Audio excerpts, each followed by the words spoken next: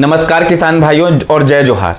अगर आप छत्तीसगढ़ के किसान हैं या आपके घर में कोई किसान है जो इस साल समर्थन मूल्य पर धान बेचने वाला है, तो आज का ये वीडियो आखिरी तक जरूर देखिए, क्योंकि इस बार सरकार ने एक बहुत बड़ा बदलाव किया है। अगर आपने समय रहते ये काम नहीं किया तो बाद में धान बेचने में आपको परेशानी आ सकती है। किसान भाइयों, मैं बात कर रहा हूं एग्रीस्टेक यानी फार्मर आईडी की।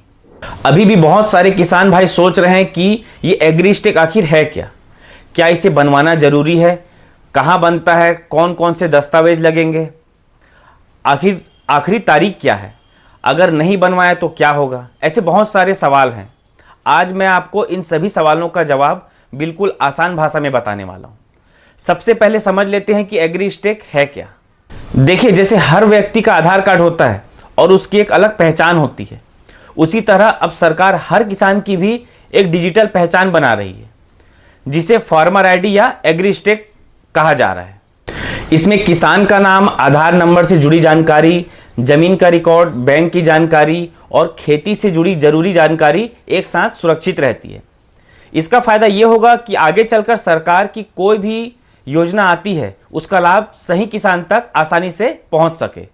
अब सबसे बड़ा सवाल यह है, क्या धान बेचने के लिए एग्रीस्टेक बनवाना जरूरी है? तो जवाब है जी हां। इस साल छत्तीसगढ़ सरकार ने समर्थन मूल्य पर धान बेचने वाले किसानों के लिए एग्रीस्टेक आधारित पंजीयन को जरूरी कर दिया है। इसलिए अगर आप धान बेचने की तैयारी कर रहे हैं तो इस काम को बिल्कुल भी मत टालिए। किसान भाइयों, अब बात करते हैं अंतिम तारीख की। सरकार ने किसान पंजीयन और संशोधन की जो तारीख है वो 1 जुलाई 2026 से 31 अक्टूबर 2026 तक तय की है। यानी आपके पास अभी समय है, लेकिन आखिरी दिनों का इंतजार मत करिए।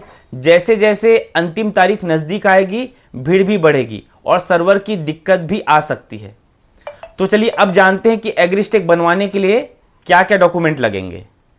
सबसे पहले आपका आधार कार्ड होना चाहिए। आधार से लिंक मोबाइल नंबर होना चाहिए, क्योंकि ओटीपी उसी में आएगा। जमीन के दस्तावेज जैसे खसरा, B1 या जो भी रिकॉर्ड आपके पास है वो अपने साथ जरूर रखें। बैंक पासबुक भी अपने साथ रखें, क्योंकि बैंक की जो जानकारी है वो भी अपडेट की जाती है। अब बात करते हैं कि ये बनवाना कहाँ है। अगर आपको ऑनलाइन काम करना नहीं आता तो बिल्कुल चिंता करने की कोई ज़रूरत नहीं है। आप अपने नज़दीकी CSC सेंटर, लोक सेवा केंद्र या जहाँ किसान पंजीयन का काम हो रहा है वहाँ चले जाइए। वहाँ ऑपरेटर आपका आधार वेरीफाई करेगा, जमीन की जितनी भी जानकारियाँ हैं उसे मिलाएगा और आपका एग्रीस्टेक यानी फार्मर आईडी बना देगा। अगर किसी किसान का पहले से पंजीयन है और उसमें बैंक मोबाइल नंबर या जमीन की जानकारी बदल गई है तो वो उसी समय इसका संशोधन भी करवा सकता है। और अगर एक ऋण पुस्तिका में एक से ज़्यादा नाम है और अगर उसे उस किसान ने ऐड नहीं करवाया है तो उसे वो ऐड करवाकर पंजीयन पूर्ण कर सकता है। अब एक ज़रूरी बात, बहुत से किसान पूछते हैं कि अगर एग्रीस्टेक नहीं बनवाया तो क्या होगा। देखिए, सरकार का उद्देश्य सभी किसानों का सही रिकॉर्ड तैयार करना है। इसलिए यदि आप समर्थन मूल्य पर धान बेचने की प्रक्रिया में किसी भी तरह की परेशानी से बचना चाहते हैं तो समय रहते अपना पंजीयन जरूर पूरा कर लो। आखिरी समय तक इंतजार करना ठीक नहीं होगा। मेरी सभी किसान भाइयों और बहनों से एक छोटी सी सलाह है कि अगर आपके गांव में कोई बुजुर्ग किसान है या ऐसे लोग हैं जिन्हें मोबाइल या ऑनलाइन प्रक्रिया की जानकारी नहीं है, तो उन्हें भी इस जानकारी के बारे में ज़रूर बताइए। हो सकता है आपकी एक छोटी सी मदद से उनका बड़ा काम हो जाए। अगर आपको ये जानकारी उपयोगी लगी हो तो वीडियो को लाइक ज़रूर करें और अपने किसान भाइयों के साथ शेयर करें। और ऐसे ही खेती, सरकारी योजनाओं और धान खरीदी से जुड़ी सभी जानकारी सबसे पहले पाने के लिए हमारे चैनल को सब्सक्राइब करना बिल्कुल मत भूलिए। धन्यवाद। जय जोहार, जय छत्तीसगढ़। फिर मिलते हैं अगली जानकारी के साथ। धन्यवाद।